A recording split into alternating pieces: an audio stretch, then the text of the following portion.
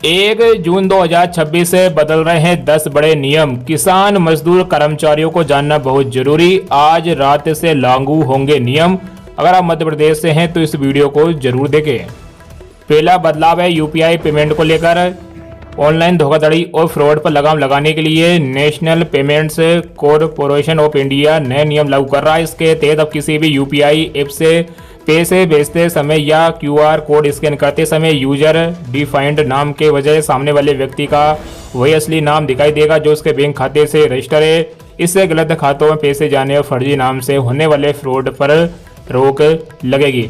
दूसरा बड़ा बदलाव है एलपीजी गैस सिलेंडरों को लेकर। तेल विपणन कंपनियां हर महीने की पहली तारीख को एलपीजी और सीएनजी पीएनजी की कीमतों की समीक्षा करती है। मई में कमर्शियल सिलेंडर की कीमतों में भारी बढ़ोतरी के बाद अब 1 जून को नए रेट जारी किए जाएंगे। हालांकि घरेलू गैस सिलेंडर के दामों में स्थिरता की उम्मीद है, लेकिन कमर्शियल दरों में बदलाव से व्यापारिक बजट प्रभावित हो सकता है। तीसरा बदलाव है पैन कार्ड को लेकर।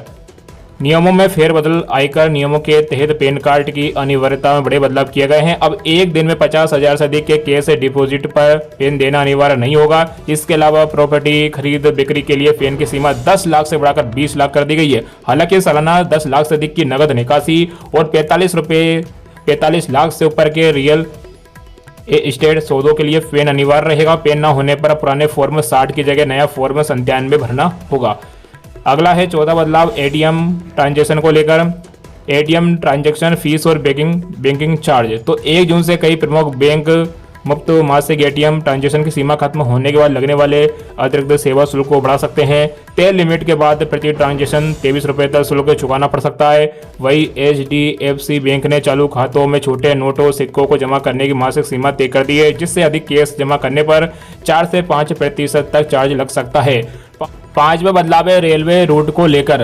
तो रेलवे रूट में बदलाव आपको बता दें, भारतीय रेलवे अपग्रेडेशन और नॉन इंटरलॉकिंग मेंटेनेंस कार्य के कारण जून में एक बड़ा रेल ब्लॉक ले रहा है। इसके चलते देश के विभिन्न रूटों पश्चिम बंगाल, महाराष्ट्र, गुजरात और मध्य प्रदेश पर लगभग 77 ट्रेनें पूरी तरह रद्द या डाइवर्ट रहेगी। कई सुपरफास्ट और दुरंतो ट्रेनों के समय में भी बदलाव किया गया है।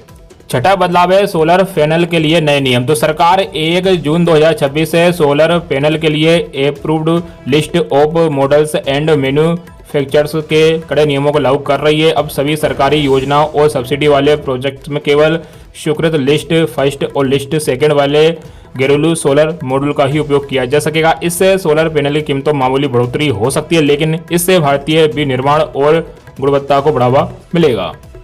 सातवां है मध्य प्रदेश में कल से होंगे तबादले। आपको बता दें, प्रदेश में सोमवार से तबादला का मौसम शुरू हो रहा है। मंत्री परिषद से तबादला नीति को मंजूरी मिलने के साथ ही विभागों ने इसे लेकर तैयारी शुरू कर दी थी। कुछ विभागों में सूचियां भी तैयार हो चुकी है। सोमवार से ही तबादला सूची जारी होने का क्रम शुरू हो जाएगा। इस बार इच्छुक आधार और सोम के वे पर तबादला चाहने वालों को भी भारी पैमाने पर आवेदन विभागों को मिले हैं। सामान्य प्रशासन विभाग के निर्देशों के अनुसार सबसे पहले खाली पदों को भरा जाएगा। इसके बाद अनुसूचित क्षेत्रों में अधिकारियों और कर्मचारियों की पदस्थापना की जाएगी। इसके बाद स्वैच्छिक और फिर प्रशासकीय आधार पर तबादले किए जाएंगे।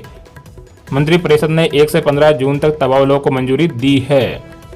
आठवां बदलाव है पेट्रोल, डीजल और एटीएफ पर एक्सपोर्ट ड्यूटी घटी। नई दरें 1 जून से लागू होगी। आपको बता दें, केंद्र सरकार ने पेट्रोल, डीजल और हवाई जहाज के ईंधन पर एक्सपोर्ट ड्यूटी घटा दी है। शनिवार को जारी एक सरकारी बयान के अनुसार ये नई दरें 1 जून से लागू होगी। हालांकि घरेलू खपत के लिए पेट्रोल और डीजल पर मौजूदा एक्साइज ड्यूटी दरों में कोई बदलाव नहीं किया गया, यानी देश के भीतर ईंधन खरीदने वालों पर कोई असर नहीं पड़ेगा।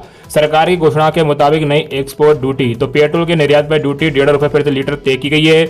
डीजल के निर्यात पर ड्यूटी 13.5 रुपये प्रति लीटर रखी गई है। हवाई जहाज के ईंधन के निर्यात पर ड्यूटी 9.5 रुपये प्रति लीटर तय की गई है।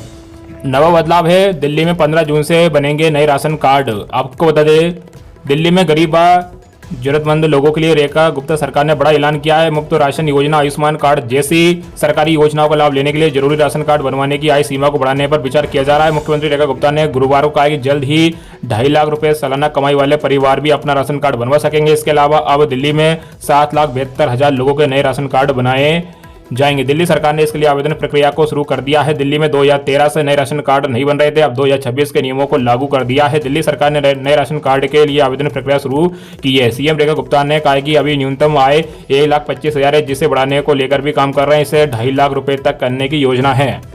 10वां बदलाव, केंद्र सरकार का बड़ा फैसला, 1 जून से विदेशी कपास पर लगने वाली इंपोर्ट ड्यूटी हटी। भारतीय किसानों को क्या होगा? तो आपको बता दें, केंद्र सरकार ने टेक्सटाइल और गारमेंट इंडस्ट्री के लिए राहत भरी घोषणा की है। सरकार ने विदेशों से मंगाए जाने वाले कपास पर लगने वाली 11% इंपोर्ट ड्यूटी को हटा दिया है। सरकार का मानना है कि इस कदम से भारत के वस्त्र उद्योग से दबाव कम होगा और अच्छी क्वालिटी की कपास भारत पहुंच सकेगी। बता दें, लंबे समय से गारमेंट और टेक्सटाइल इंडस्ट्री की ओर से कपास पर लगने वाले आयात शुल्क हटाने की मांग की जा रही थी। तो ये 10 नियम है जो 1 जून से लागू होने वाले हैं। इसके अलावा भी 1 जून से और भी बदलाव होने वाले हैं। आइए जानते हैं। जून के पूरे महीने देश में खेत बचाओ अभियान, शिवराज ने किसानों के लिए गिनाए फायदे। आपको बता दें, देश में पहली बार खेत बचाने अभियान छेड़ा जाएगा। 1 जून से शुरू हो रहे इस अभियान में केंद्र और राज्य की सरकारों के नुमाइंदा किसानों बीच पहुंचकर उन्हें बताएंगे कि अच्छी पैदावार के साथ क्रॉप मैनेजमेंट किस तरह से किया जाए। नई दिल्ली में शुक्रवार को राष्ट्रीय खरीफ सम्मेलन के बाद पत्रकारों को संबोधित करते हुए कृषि मंत्री शिवराज सिंह चौहान ने कहा कि अभियान में जहां संभव होगा किसानों को किसान क्रेडिट कार्ड, कृषि से जुड़े उपकरण आदि अन्य सुविधाएं भी उपलब्ध कराई जाएगी। किसानों को खाद वितरण के लिए फार्मर आईडी होगी अनिवार्य, 1 जून के बाद होगा फैसला। आपको बता दें, किसानों को उर्वरक वितरण के लिए फार्मर रजिस्ट्री अनिवार्य किए जाने पर 1 जून के बाद फैसला हो सकता है। केंद्र सरकार द्वारा इसके एक विशेष प्रणाली विकसित की गई है। उत्तर प्रदेश के सीतापुर और रामपुर में से लेकर पायलट प्रोजेक्ट चल रहा है जो अंतिम दौर में। इसके बाद रिपोर्ट के आधार पर देश भर में व्यवस्था लागू करने पर निर्णय लिया जाएगा। इसके चलते प्रदेश में फार्मर आईडी काम पूरा करने की कोशिश तेज हो गई है।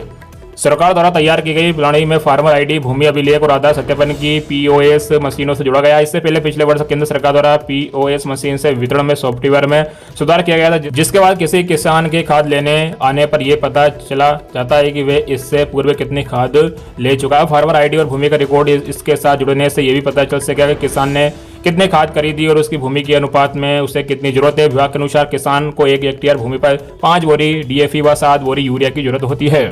वही पूर्व में सरकार की ओर से 1 जून से सरकारी योजनाओं के लाभ के लिए फार्मर रजिस्ट्री को अनिवार्य करने की बात कही जा चुकी है। ऐसे में कृषि विभाग फार्मर आईडी पर जोर दे रहा है। प्रदेश में 2 करोड़ 88 लाख किसानों की आईडी तैयार होनी है और वर्तमान में लगभग 80% काम पूरा हो चुका है।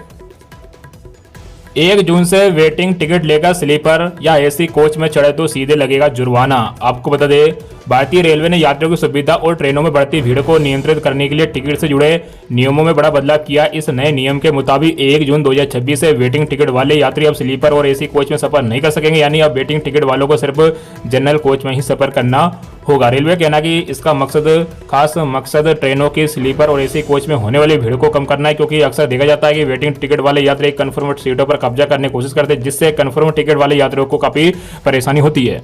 नए नियम के तहत अगर कोई व्यक्ति स्लीपर कोच में वेटिंग टिकट के साथ यात्रा करता पकड़ा जाता है तो उस पर 250 रुपये जुर्माना लगाया जाएगा और उसे जनरल कोच में भेजा जा सकता है। वही थर्ड एसी या सेकंड एसी कोच में ये जुर्माना 440 रुपये हो सकता है। साथ ही पूरा किराया भी वसूला जाएगा। साथ ही टीटीयू को यह अधिकार है कि वे ऐसे यात्रियों को जनरल कोच में भेज दे या अगले स्टेशन पर ट्रेन से उतार दे। इसके अलावा भारतीय रेलवे के नियमों के अनुसार बिना टिकट यात्रा करने पर 1000 रुपये तक जुर्माना और जेल की सजा भी हो सकती है।